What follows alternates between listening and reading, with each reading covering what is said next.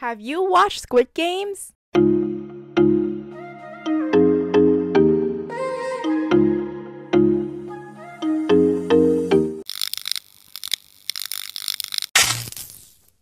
Welcome back to After Hour Happy Hour. We are your chaotic but cathartic co-hosts. I'm Jamila.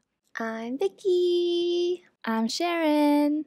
And for today, we are talking about Squid Games because we all binged it in 1 week based on you guys' recommendations when we asked on Instagram. Also, if you haven't watched it, this is your fair warning that there's going to be spoilers in this episode. So if you haven't watched it and you don't like spoilers, listen to us afterwards. It's a super easy binge. Vicky finished it in 1 night. I finished it in 24 hours. Sharon took a little bit longer. She took 2 days. So good, you guys. So good. You guys could watch it really quick, then come back to our episode. So Sharon, do you want to tell us what the series is about?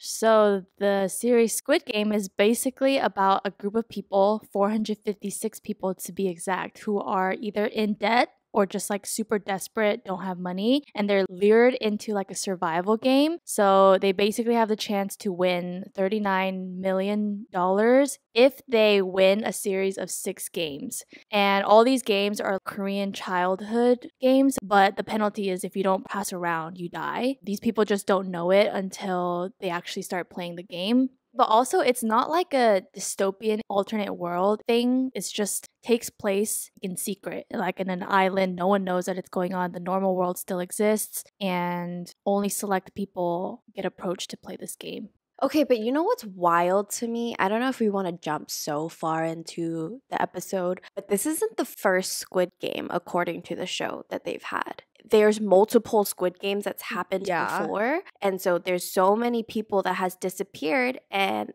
it's just fine. I think it's just because they're considered nobodies in the world. No one will know if they're gone, or like a lot of these people don't have a family or don't have status in the world where people would know that they're missing. That makes me so sad. So overall thoughts, I guess. By the way, this episode is probably gonna be all over the place. We don't have a structure. We're just talking about the drama. Yeah. Well, you know, I loved it because I don't binge shows ever, and I finished this in 1 night. After this Squid Games, I realized that maybe I don't like rom-coms as much as I thought I did, and I liked more action because I really enjoyed how well thought out everything was. And I think it helped that I watched a little bit of the behind the scenes before I even watched the show in the first place because it was on my TikTok. And I was like, oh, I don't care if there's spoilers. I just want to see, like, why is it so good? And so on top of acting, how the game was thought out and how manipulative it was, I really enjoyed that aspect of, dang, the director really thought out everything and like the rules and how people should play. And there was a bit of like, I don't think respect is the right word, but there's like, it's a fair game technically. So for me, I didn't watch any spoilers or I didn't see any clips whatsoever. All I knew was that it was really good and it was an easy binge. So that night, I just wanted to start it. And then episode 1, I was like, damn, this is really intriguing because it was already pretty action-packed. And I want to continue because the idea of the series was just really interesting. But once it got to episode 2, where I feel like the writer was really good at using very realistic themes to hook you in, to pull your heartstrings, to either relate to the characters or to feel something other than like surprise into the drama. And that's when I got really hooked and just wanted to continue the series and see how each player plays out. And I really, really liked the drama because like Vicky said, it was really original. Like I haven't seen anything like that. I know some people said it's really similar to Alice in Borderland. Hopefully there is a season 2 because I just want to know like what happens next because I feel like there was a lot of unanswered things at the end that I still felt kind of confused about. Yeah. See, I have so many feelings about that because I'm sure he left it open-ended in case he wanted to collab with someone else or eventually it can go somewhere else. But I kind of wish it just ended at season 1 because that ending was just... See, my hopes for season 2 would be like not exactly follow all the players through the games again, but more of that backstory, kind of reversing in time to see why they came to be like this and seeing it from other people's perspective, like characters that already exist, not so much a new game. Or like, oh my gosh, you know how, sorry, Sharon hasn't even shared her thoughts Yeah. yet. No, it's okay, keep going. But like the what is that? America's Got Talent did like all the championships. Imagine everyone who ever won the games come back and play the game one more time. Like It's like the Hunger Hunger Games. Yeah. Anyone who knows the writers, take our ideas, please. Bruh. We give you the copyright, please. So for me, similar with Gem, I knew nothing about it. I've never walked into a show so blindly before. All I knew was that it was super good and that it was bloody. And I was really hesitant to watch it because I don't like bloody things. Or I'm not good at like thriller stuff, but it's not like that at all. Like I actually didn't think the blood or anything was bad. And then I'm always hesitant within the first episode. Like I typically don't like stuff like this where I feel so strongly for characters. I get emotionally attached to characters, and so seeing how much they struggle and seeing how desperate they are, where life is so insignificant unless they have to play a game and like win out of it, pulled at my heartstrings from episode 1. But then 2, 3, 4, I don't even know what happened. Like I just watched it back to back to back, and it was like 1 a.m. and I was like, whoa. Yeah. It's strangely addicting. Like I just want to keep going. Every turn you think something's gonna happen and it kind of doesn't, or like something else happens, and I was like, Yeah. I love how it's written out. But I really, really, really liked it, and it lived up to the hype. So But can we talk about the girl who lasted for the longest time? 새벽. I hated how she died. She did not deserve that death. Of everyone in that, basically the main game players who stayed the longest, I feel like everyone got a very justified death besides her. And she deserved the most justified death. Okay, I think the person who deserves the most justified death is Ali. Oh, I think he deserved a better death. I feel like that made sense because he was so trusting. It was part of the game because like you could manipulate them however they want versus Homegirl literally got sliced by the glass. She got sliced and then the guy killed her. I know, but she wouldn't have been in that position to begin with if she didn't get sliced by the blowing up glass. You know what I'm saying? It was so just like she didn't even earn that death, you know? Like there's no play for her. Yeah. I was watching a video of someone talking about the series, and they said that Sangwoo, the 218, he actually did the main character a big favor by taking out 67 because, one, the main character and her might have like just ended the game, was like no majority wins and they end the game, but 2, it takes out the guilt out of the main character. If it was down to them. Yeah. I understand why it happened, but I kind of wish they added in something else just for the sake of like, one, her backstory was the best out of all of them. She actually had a reason to be in this game, you know? She deserved to get this chance because she wanted to save her brother, to only die a death because blown up glass and like getting sliced. I wish they at least would have been like she fought for something or like she died for somebody else. I don't know, something like that. When he was like banging on the door to get the doctors to help her, I already knew they were going to bring in the box. But I thought she would have died in that time span, like naturally, not because the other guy stabbed her. Yeah. So then when I saw that part, I was just like so shook. My mouth was open. Usually I would have cried at a scene like that. I did not cry. I was just so shook. And my level of hatred just for that guy. I had to rewatch that scene because I was like, that did not just happen. He didn't just kill her. With 3 people left, you did not just kill her. So sad. Did you guys cry at all during the show? I teared up at some point, I think, but I forgot which point. I for sure cried at the girls scene when the 2 girls were going up against each other, and then they were talking about their life, like why they're here, and then she literally just dropped her marble and was like, you have more to live for, thank you. I just I was gone. See, that's why I was like, I wish there's more backstory to like more of the players because that girl's backstory is so freaking sad. Yeah. On the topics of death, you know what was my favorite death though? It was when the crazy woman just hugged the bully down straight from the bridge. I was like, yes! Dude, that was such a boss way to leave. I know. She was like, your dick is small. Yeah. That was my favorite death. I give mad props to how she took him out. Also, he's kind of stupid for thinking that she would actually go in front of him. But you know. Exactly. Yeah. Men are stupid, so. Yeah. Dude, speaking of that, I was so surprised when I saw the nudity. I was like, whoa. Because even though it's a Netflix produced drama, but I just never thought it would be in a Korean Netflix produced drama. And I was like, whoa, this is new. And then the creepy white dude VIP who pulled person down, who was like, yeah. if you satisfy me in 5 minutes, I'll Oh let you live. my I was like, ew.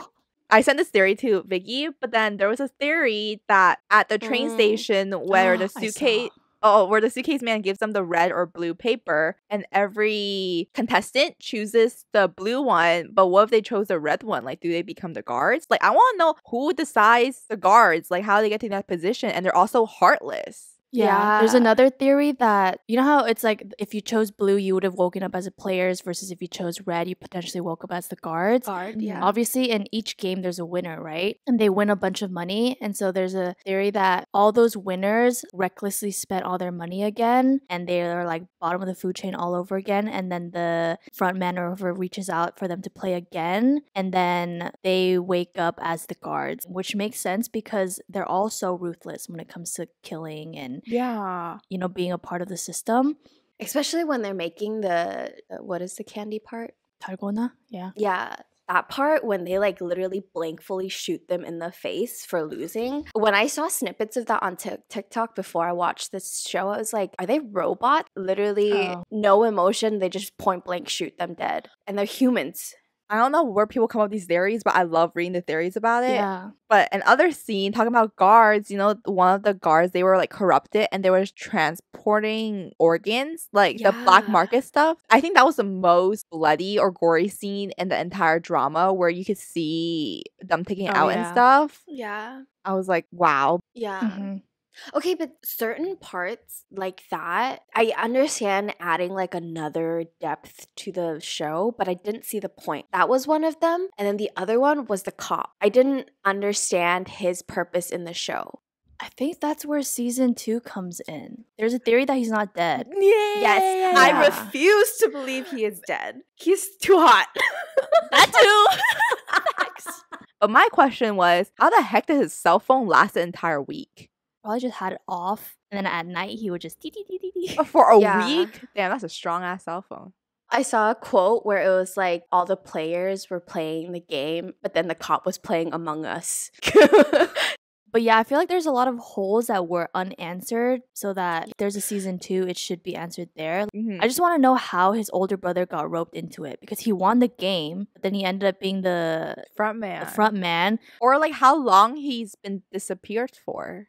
Yeah, because like if you remember at the beginning when the cop brother was trying to look for him, his apartment was like in the cuts basically. He lived in a really small room and it was like if you're hella rich you wouldn't be living there. So, what's his backstory for the front man? Yeah. So that's why I said I hope season 2 is more of the same characters, but giving us their backstories of how the Squid Games came to be or how everyone got to where it is.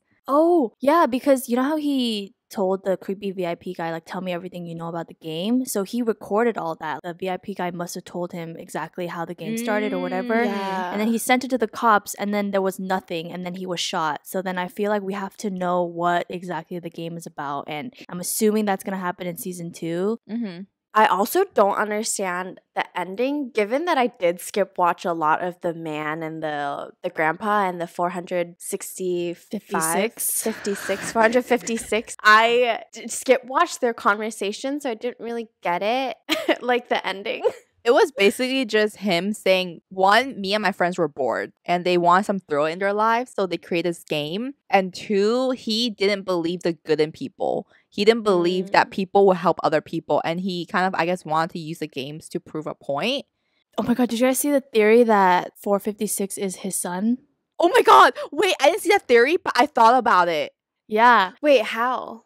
Because there's little clips. There's one scene where they were grabbing milk and egg or whatever the breakfast was. And then he was like, oh, do you have chocolate milk? And then as they were walking back, the grandpa was like, you used to get scolded a lot when you were younger, huh? And he was like, how'd you know? And he was like, my son is also like that. And then also in the marble game, when they were in the alley, he kept saying, I used to live here. I lived around the corner. And both of them grew up in that area or whatever. And then they also coincidentally saw each other at the market when they ended the first game. Mm-hmm. There's a lot of theories about what's father's son. But also, I'm really sad. This is the first time where I was sad about a spoiler. There was a clip on freaking TikTok where the title was like, this grandpa is only playing like this because he's the leader of it all. I didn't even get the chance to like scroll past it. And I was just like, fuck. So the whole time I was watching this, I was like, fuck this grandpa. Like, he's the leader of it all. Yeah. So I didn't feel any empathy for him. I watched another video where it's like all the clues that you miss about knowing that he was a mastermind behind it all. And I was like, it actually makes so much sense because if you looked at all the contestants, they're all people in difficult circumstances who are in debt, and they're all around like 30 to like maybe 50. And he's the only one who's an outlier, and he's like number one. Yeah. Dude, I felt like starting after game 2, I was like, I don't like this because it's getting extremely barbaric. Yeah. I feel like from game 1, everyone had a fair shot. Game 2, I guess, maybe not as much because it all depends on the shape that you get. Yeah. But still, it's like a quick death. I'd rather be killed fast than anything versus like the tug of war and then the glass thing where you fall to your death. I was like, I don't like this. Wait, that leads me to a question. Remember I was telling you guys in the group chat, I was like, I'm watching it and I'm thinking, what game would I want to die at? So now that I just watched all the games, what game would you guys choose to die at? And shoot me. Any of the ones where you shoot me. So games 1 or 2. I think I would want to die. I want to say tug of war. I don't know. That's hard. Bruh, I just want to get shot and die. I don't want to fall to my death. Especially like the height stuff, I was freaking out. See, I can't do games where it's like anxiety driven. You're literally a life or death 50-50 shot. Like that would kill me. I would just jump off. Dude, I would just die the first game because every game after, you have this anxiety of like your next move. It's going to kill you. It might kill you. But that 1st game, dude, I would just move and just boom. Do you guys think you guys would survive the Squid Game? No. Hell no. Actually, I'm a follower, so I feel like I resonate with the girl. I follow people. So in the first game, I would be able to survive because I don't think I'd be dumb enough where I'm like, okay, if guns are shooting, I'm not going to run to a door, especially like knowing that common sense, it's a game and then you play and then you stop. And then the second game, and if I see people start licking or like something like that, I would start following. So I'd survive there. The tug of war is the one where I'm like, I don't know. I just feel like you have to be extremely smart and calm when it comes to situations where it is very anxiety inducing. Like tug of war thing, to be completely honest, that thing was so smart. Like, strategically speaking, like the leaning back and then when everyone's pulling, you take 3 steps forward so everyone falls. I was like, yeah, no, my mind would not be there if I was in that situation. I just, nope, dead. Sharon would be the crazy lady. Like, that's bullshit. No, even for red light, green light, I don't think I would survive because I think I would just go in panic mode. I don't think my brain could calm down. That's why I'm like, I could survive the tug of war because if I get panicked, I'd freeze, which is perfect. Wait, that's not perfect. You have to move for tug of war. Yeah, but then I freeze enough to like, oh shit, that's happening. Okay, now what do I do? Instead of like first reaction is to run, which is like guaranteed death, you know? Wait, are you talking about red light, green light? Yeah. Oh, you said tug of war. Tug of war. Oh, whoops. That's why I was like, the first game. I was like, freeze, you're going to fall over the ledge, yeah, man. Whoops. Wait, I thought that, I mean, I'm clearly wrong, but I thought that there was not just one winner. Like when the games first started, they made it sound like if you quit the game, then the money goes to those lives lost. But if you stay and you win all 6 rounds where it's not elimination, it's just everyone gets to survive with their chance, there doesn't have to be one winner. So then when there was only one winner, I was like, I would have ended this game a long time ago. Yeah, I think there's only one winner. That's why I'm saying like still that many people came back, which is really sad if you think about it. Like I'd rather die in this game than live out there in the real world. But like one winner, I'm sorry, I'm not an optimist like that. I know I wouldn't survive. So like See, I feel like that was the unfair part is they made it sound like there could be more than one winner, but you know as the game goes on, they will manipulate the game to only have one winner. So sad. But I guess it's also they're so desperate. Yeah. I think that's a sad part. I thought this was like the really well thought out part when they did the first game and then everyone realized that penalty was death instead of like you get to leave and go home, and they get a fair chance to choose, oh, do you want to continue playing or do you want to all go home? And then they're like, let's switch the order because the grandpa who was the leader was number 1. So he's the last person to choose. But I didn't understand, why did he say no? Was he just banking that everybody would come back?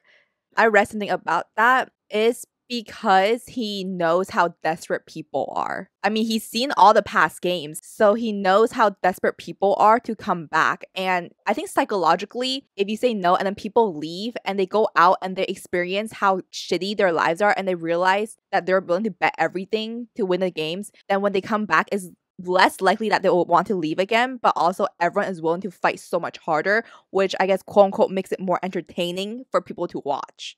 That is so manipulative. But it's so well thought out because in the final, when it was just them three, you know, she was dying and then she was like, I want to go home. Then her and the main character could have ended the game. But because the third guy overheard it, he was like, no, I'm not going home. So that's why he had to kill her. So that way he had an opportunity to still win all the money. And I was like, so crazy. I think the whole game itself, the writing portion is really well thought out where I don't feel like there's any gaps and holes, where the gaps and holes is more of the backstory part, like knowing each character rather than the game itself. Yeah. Okay, so many people were saying that like, oh yeah, what he did was shitty, but if you were really in that situation, you would do anything to survive. I don't think I can do that. The whole time, all I could think about is, you did all of this and then you get the money, but after you get the money, are you going to be able to live with yourself? Exactly, because he didn't. Yeah. It was such a good casting, though, because that guy who was manipulative has such a good face to play that game. He had a very trusting face, but also when he made those decisions, you could tell, like, oh shit, he's planning something. The moment when he knew that they were gonna make the candy, because he, like, remembered it, I was like, fuck, he's gonna be that person. But dude, the main character also knew. I think he already knew that his childhood friend wasn't the same childhood friend when that second game happened. But he just kind of was willing to trust him. And I think that's also his character development, because in the beginning, he was this person who just didn't care about anyone whatsoever. But then as he went through the games and he really relied on that teamwork, and I just love that character development. You're right, because remember when they first got out of the game, he was like, help me untie me to the girl. If you untie me, then I won't ask for my money back that you stole. And then she untied him and he was like, give me my money back. Yeah. But then at the end, when she was dying, he was going to go kill the other guy. And she was like, don't do it. You're not this man, or something like that. And I was like, damn, that girl's character development her too. Yeah, both like of them. going from not trusting anyone to trusting people. Okay, my only thing was that the main character waited a year before he rescued her brother from the orphan, and that part, I was just like, come on, what the heck? Okay, but the man been through a lot. I know, but like, you know, she You said made a when we're out of promise. here. Yeah. And the boy had the same name as Coops, so I like loved the boy even more because he was so cute. He had big eyes. Dude, the boy was really, really cute. He was very cute. Did you guys think that the ending, when it was the two, like, I didn't even consider season 2 being a thing. I was so into the show itself that I was like, this is it. You know how when it was the last two and the Sonu, I don't even know his name, stabbed himself? Did you guys think that was going to happen? Because I should have thought he was going to stab the main character. Me he was going to win. Yeah. I didn't think he'd sacrifice himself after everything that he's been through. All the Same. games he pulled. I didn't think he would sacrifice himself, but at the same time, knowing that it's a series, I was like, the main character has to live. Yeah. See, I was like, this isn't a show anymore. This is real life right now, and the main character's going to die. Yeah. She's so invested. See, there's so many times where I genuinely wondered, for example, the tug of war, if they didn't win, what would have happened? Exactly. No, I saw somewhere, apparently, I think I saw either a TikTok or something, they said that his hands weren't tied to the ropes. Like, it wasn't cuffed to it, apparently. But how did that would have worked if... It was really hard to see, even in what they zoomed in on, but it just looked like it wasn't actually tied to it. That's just freaking weird. No, see, like, that throws me off because I'd rather the creator of the game be some psychopathic person. I mean, I guess he is, but he just said, oh, poor people and rich people are basically the same, where they get bored of life. So let's just throw them in a game. It wasn't like, society fucked me up, you know? I feel like maybe there's a backstory there because he never fully explained it. Like, he says it to the main guy, like, I was bored and stuff. But then at the same time, he died before. Okay, so you know how him and the main guy made a bet? If the homeless guy, if someone was to save him, he would tell him the real reason. And then even though he explains it, but he still died before seeing it. So maybe there's actually some like hidden story behind there that fucked him up. I hope so. But also, I hated the tile scene where like it was the people watching and then they were just like controlling it and these people were dying in front of their eyes. It like kills me to think that there's actually people who are psychopathic enough to really enjoy scenes like that. They would sit there and be like, oh my God, let me like smoke a cigar and like get a glass of drink and like see these people die in front of me.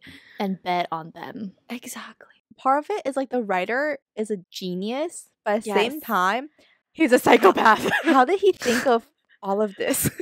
Yeah. That's why I'm like, psychopaths, you either go the genius route or you kill people, you know? You write so that you can kill people. Exactly. So you feel it, but then you actually aren't doing anything illegal. And then you do something great for the world because we get the show to watch. Dude, but it's so funny because there's a lot of characters who made an Instagram after the show blew up. They didn't have social media before. So it's one, cool to see how big they got from the show. But two, like people thirst on like their IG and stuff. You know the Sangu? I saw a TikTok. People were like they're like barking in his comments, or they're like, you can be my psychopath or something. Like all these thirst tweets. And I'm like, bro, are you guys okay? Dude, isn't he like older? I mean, 40? Is he married? Asians don't raisin, man. That man looks good. Like, you know the girl, number 67? That was her acting debut.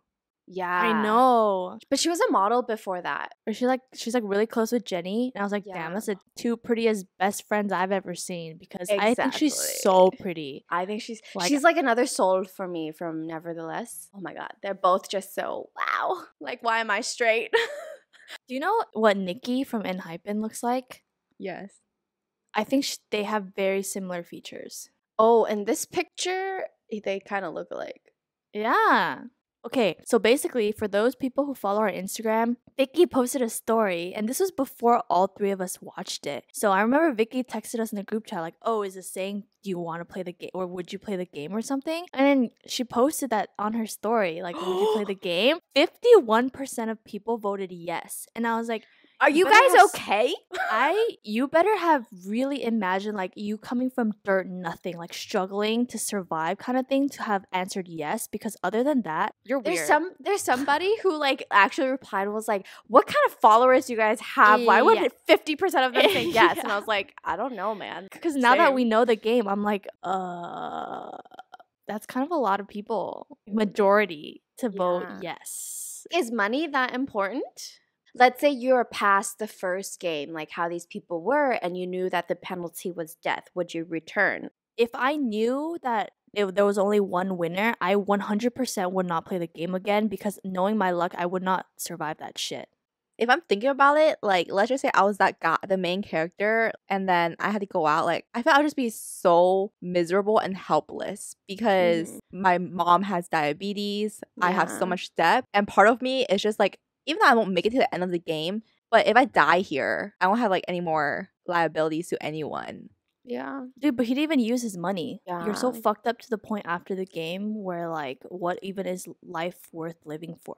So that's why I feel like if I was thinking that way, I feel like I would return, because I'm just like, even though I don't know, I won't be the last player, but maybe dying is better. Yeah, I would go to the living. game to die. Yeah. See, I wish he would kill his mom. That was like the part that I was just like, fuck, he went through so much. And like the main reason why he went back was like for his daughter and for his mom. And then he came home and his mom died. Like, what the fuck? At least let him save his mom and then go into his 1-year hermit crab life. Dude, and he gave it a year to make the trip to America to go see his daughter. And then at the boarding thing, he turned around. I was like, exactly. Just to play the fucking game again. Yeah. I think he's trying to bring it down, but like, I was like, dude, I think I really just want to know the aspect of the game now, because you know the guards, there's the circle, the triangle, and the square. And among them, I think square is the top ranking, and then the triangles are the bottom. Like even that system, I want to know. The police guy came in as a circle. Triangle. I just know he was a bottom, and then he took the dead guy's square, right? He started at the bottom and then he realized there was a hierarchy. So then when one of the guys died because he revealed himself, he took that mask and then he became like at the top. So then when people saw his mask, they're like, oh fuck, like sorry, I didn't mean to speak to you. Damn. He was in financial trouble and spent his time in cafes writing the Squid Game. Oh my gosh, so this kind of like he's able to pull on a heartstring so much and tell this Yeah. in a realistic theme because he's been one of those person who's been on desperate times. Yeah. And he's worked on this since 2008. Okay, I also saw somewhere though that he wrote this, or this was written in like 07 or something, but no one took it on because, or no one in Korea took it on because they thought it was too bloody or something like that. Yeah. Which wouldn't be too Oh. hard to believe because Korea's come a long way since in media when it comes to like showing graphic things. So Dude, oh yeah, he said he started it in 2008 and finished it within a year, but because the concept was really bizarre, no one took it. But then he said, but after about 12 years, the world has changed into a place where such peculiar, violent survival stories are actually welcomed. Damn, Bro, our that's crazy. social media is fucked.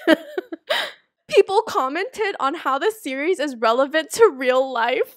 I think the underlying themes are Yeah. there. It's just very amplified in a very bloody way.